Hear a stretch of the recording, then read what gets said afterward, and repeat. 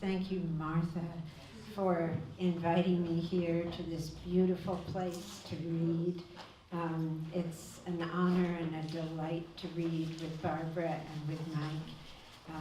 Thank you also for organizing the program with a break after Mike, so I didn't have to follow that wonderful intensity so soon, so immediately. I'm going to begin with a poem by someone else. In this case, by Virginia Corey Cozart, who was with me one of the original members of our now 20-plus-year-old Peregrine Writers Critique Group in Salem. Virginia died in 2012 with a manuscript of poems that had not yet found a publisher. Stephanie Lennox and I had the honor of co-editing that manuscript, and Virginia, before she died, was able to approve all the poems in their final form and order, the title and the choice of cover art. The book finally came out earlier this month. It's called Wavering Reflection, and it's one of the books that I have on the table. Summer shower. I've seen it often before.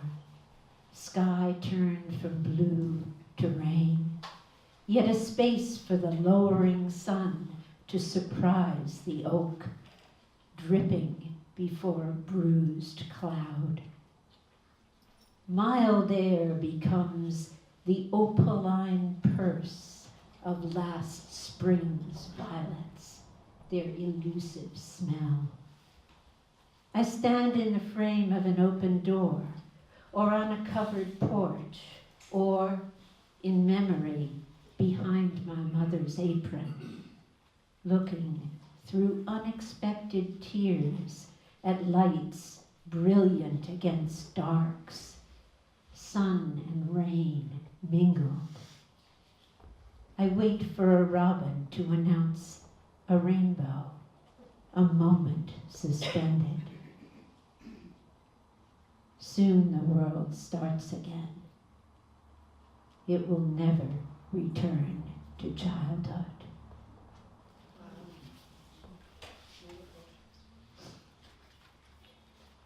The cover art is a painting of Virginia's, and people have often asked me about this choice of cover art. I generally can't reply adequately, but here is a poem. Gravity is not my friend here, but here is a poem of which that painting is the subject. Floral Study for Virginia Corey Cozart, 1932 to 2012.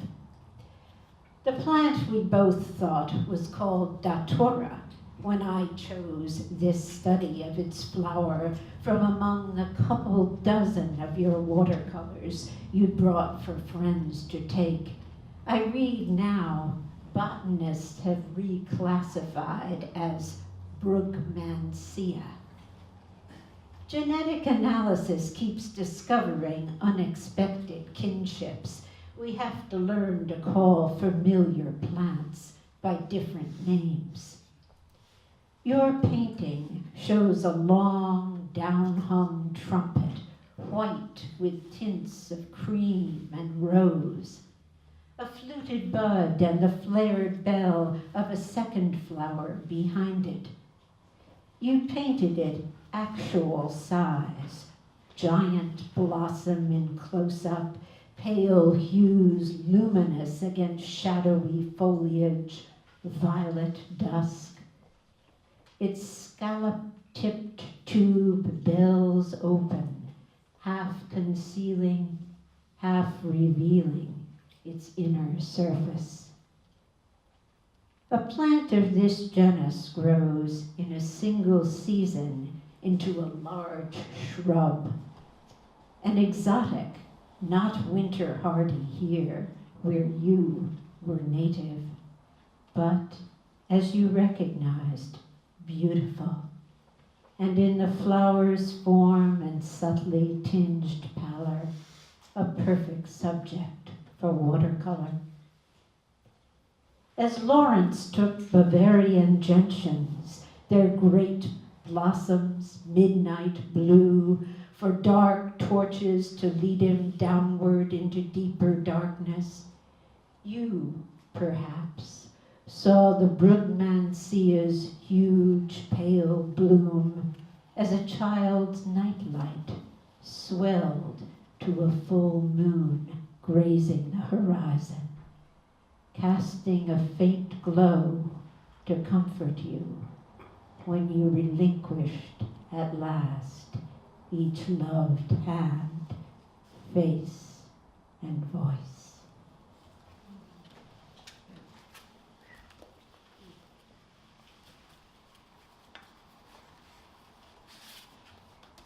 I realized everything I'm inclined to read today is a response, as that was a response to Virginia's painting and to more. Pretty much the rest of what I'm going to read is responses to poets. And I'm going to start with one that's a response to another Oregon poet I've been privileged to know well, Ruth F. Harrison. And this time it's expanding on a quatrain from one of her poems. It's a gloss. This is called Found Objects, and here is the quatrain. We choose such objects for some turn of grace we'd like to own forever, close at hand, as lovers, though unwarm, unsentient, and those statements they might make are made in place. Ruth F. Harrison from Objet d'Art. We choose such objects for some turn of grace, felicity of form that draws our glance to linger, imagination to attach itself, for something about them that by chance resembles treasures lost we've longed to match. We choose such objects for some turn of grace we'd like to own forever, close at hand, as the cat curled each morning on our lap, as music sounding deep within our chest, long after it ceased. We choose what fills a gap we'd scarcely felt, those few among the rest we'd like to own forever, close at hand as lovers, though unwarm, unsentient, and inert. They keep us faithful company, greet our arrival home, dispel our fear of loneliness. In sunlight, lamplight, we see their character come clear. They soon grow dear as lovers, though unwarm, unsentient, and those statements they might make are made in place and without words, without expressive sound or signifying gesture. They are the chorus to the private drama of our days, profound despite their quiet. They speak both to and for us. Those statements they might make are made in place.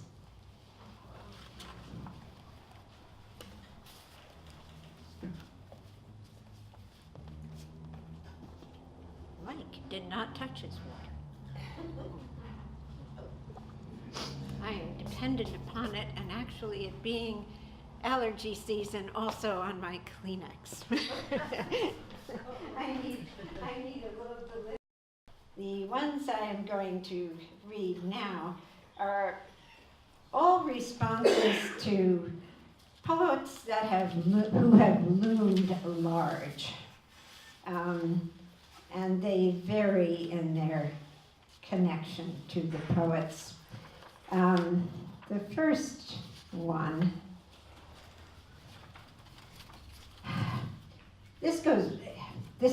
I'm not going to start with I'm not going to read one of my two first published poems, but I will say that one of my two first published poems, that is published outside of a school publication, was an imitation of and tribute to Marianne Moore, and it was only the first of many.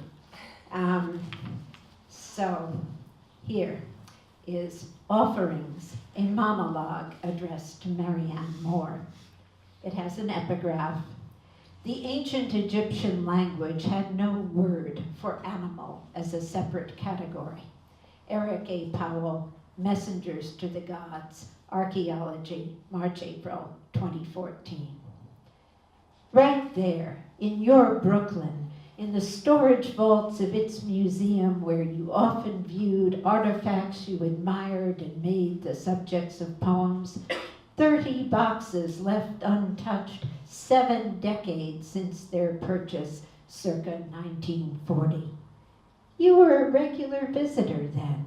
Did you read of the acquisition in a museum brochure?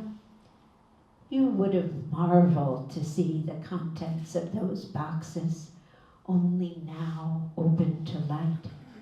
Animal mummies from a time of turbulence in ancient Egypt.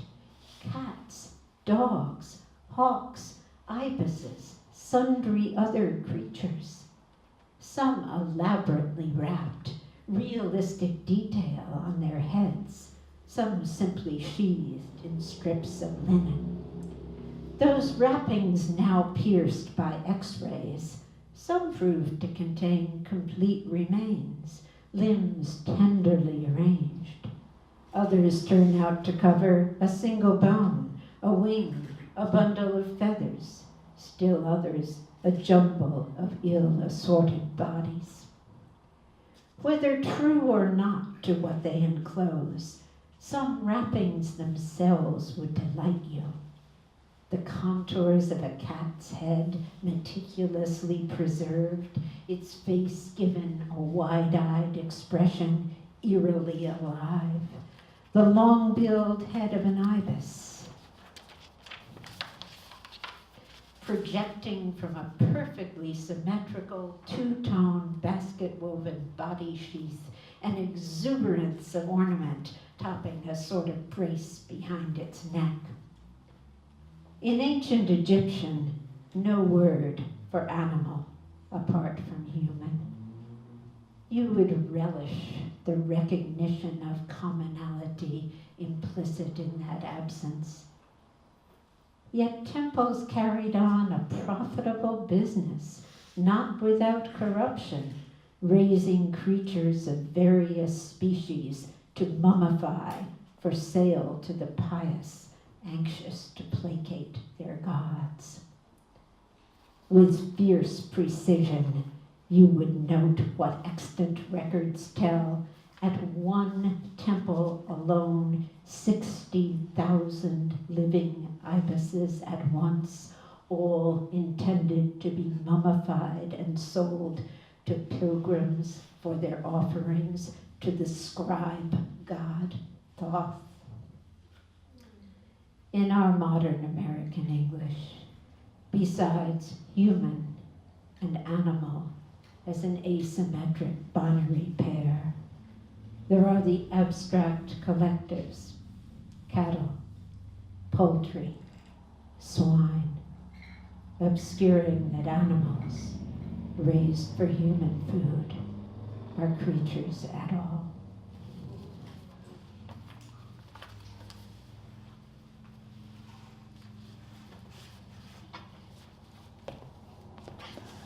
My apologies.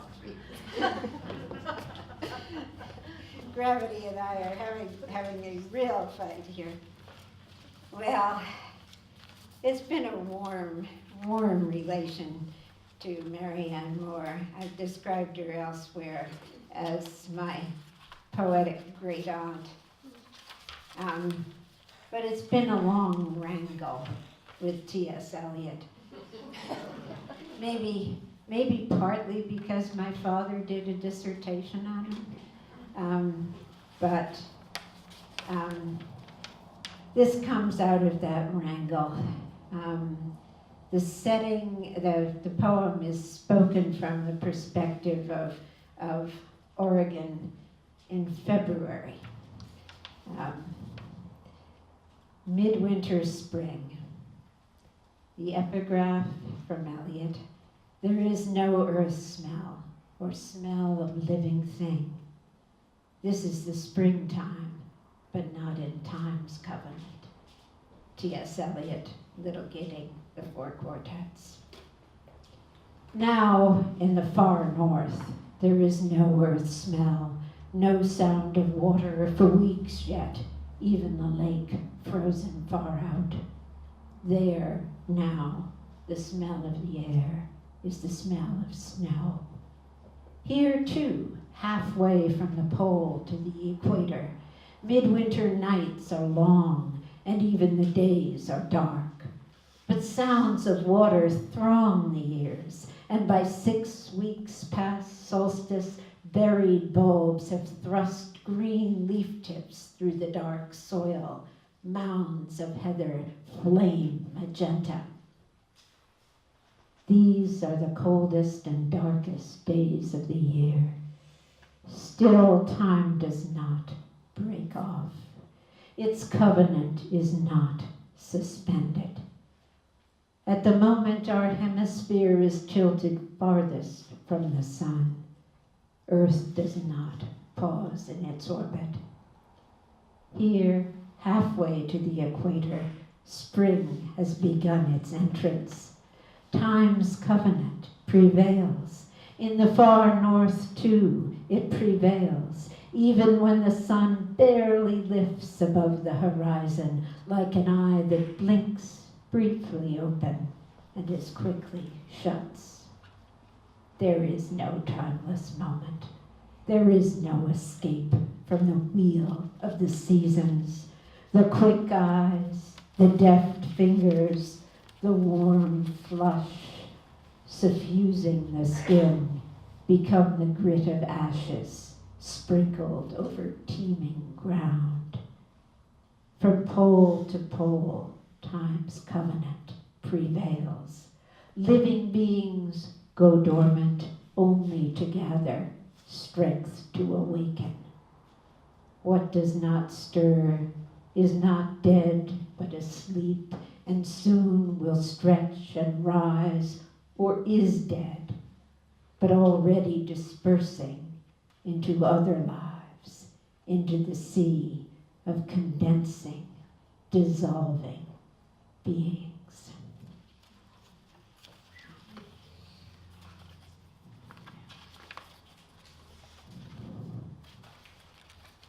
With William Carlos Williams, on whom I wrote a dissertation, the relationship is altogether warmer and less problematic. A little more water.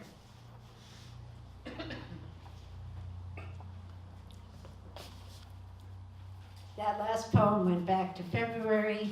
This goes ahead to May. It's a bit shorter. To describe the smells.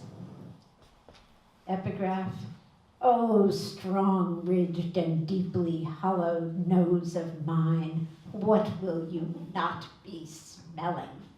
William Carlos Williams. The locust trees, now mid-May, their dangling clusters of blossoms perfume the air in the valley and up the canyon.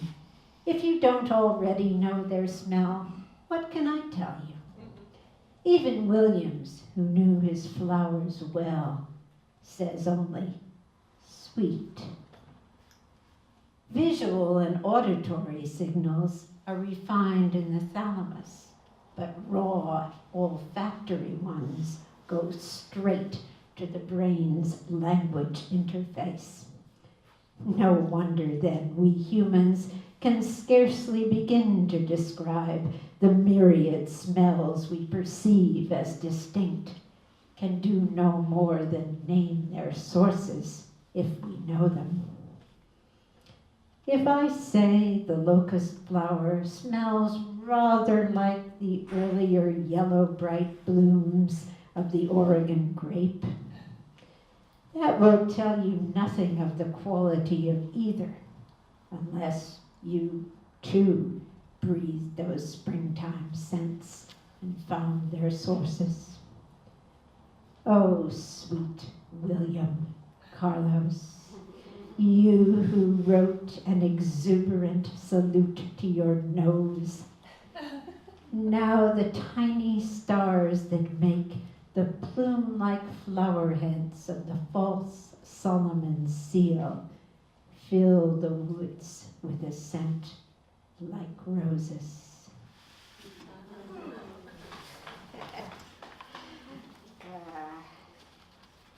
Okay. Do I have time for two more? Yeah.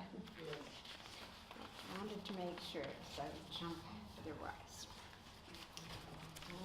I'm going to try a very new one on you, and you may not have heard of the poet to whom in a way I am responding. Her name is Belle Turnbull, and she's of about a little later than the generation of Eliot Williams Moore, a Colorado poet, of whom I learned in a wonderful presentation by David Rothman at last year's NFSP, National Federation of State Poetry Societies convention. There's a collection of her writings in prose and in poetry and essays on her work published in the Unsung Master series. But, and I respond very strongly to her poetry. I'm responding obliquely by responding to a photograph of her, which appears inside the book. This is called Author Photo. That's our chair she's sitting in. Belle Turnbull, poet of Colorado mountains at timberline, of gold miners' actual lives, of love for her lesbian partner. This photo shows her sitting by the wood stove in their cabin circa 1957. Year I turned 11, and she 76, age I'm fast approaching now. The chair she sits in, exact twin of the one by the wood stove in our Western Oregon living room. Wicker chair I'd bought in an antique shop on Avenue Road in Toronto some 50 years back, had reupholstered here by a local man who did the work in his barn. Belle must have bought hers new in Colorado Springs, where she taught English, taken it with her when she retired and moved with her partner to that cabin in a mining village near 10,000 feet. I study how Belle is sitting, half turned away from the fire in the grate toward an unseen companion. Her legs crossed, left over right, left elbow on knee, hand propping her face, right arm resting on the chair's wicker one, hand drooping free. I angle our chair, like hers in the picture, toward the stove, sit in it, copying her pose. It's how my body might arrange itself if I sat there attentive to what a friend was saying. Attentive, as Belle was, who urged, let's step outside in the mountain night, renew whole vision of this integer of cells, this house in separate amber shining so uniquely seen as though another self. The house we lived in a quarter century ago on subdivided farmland in Wisconsin, wading snowdrifts toward it with our dog. I saw it like that on winter nights. Look her up. She's wonderful. And I'm going to close with the opening poem of a chapbook that doesn't exist yet, that is being published by Main Street Rag this summer. The editor told me I should have the galleys in a couple of weeks, and has urged me to get people to order in advance and take advantage of the discounts. So there's a little order form on the table. This is To Arrange the Deck Chairs on the Titanic. It's a read-in title. To arrange the deck chairs on the Titanic while it's sinking, to fiddle while Rome burns. Would it be so foolish after all? There would be the image, the sound of a created order held momentarily in the mind before it was consumed. Big things coming in your future, announces the paper strip I pull from the shattered fortune cookie. Only matter of time. Already some years back, a friend told me she dreamed it, the big one, upheaving the dam upriver from here, loosing the waters behind it. Only matter of time till it hits, sends torrents rolling down, only matter of time till it hits, sends torrents roaring down the canyon toward us. Still, I spend hours arranging pictures on the walls of bedroom, guest room, living room, study. I want the painted worlds to join together like voices in a part song. I want these imperiled walls to sing in the face of threat.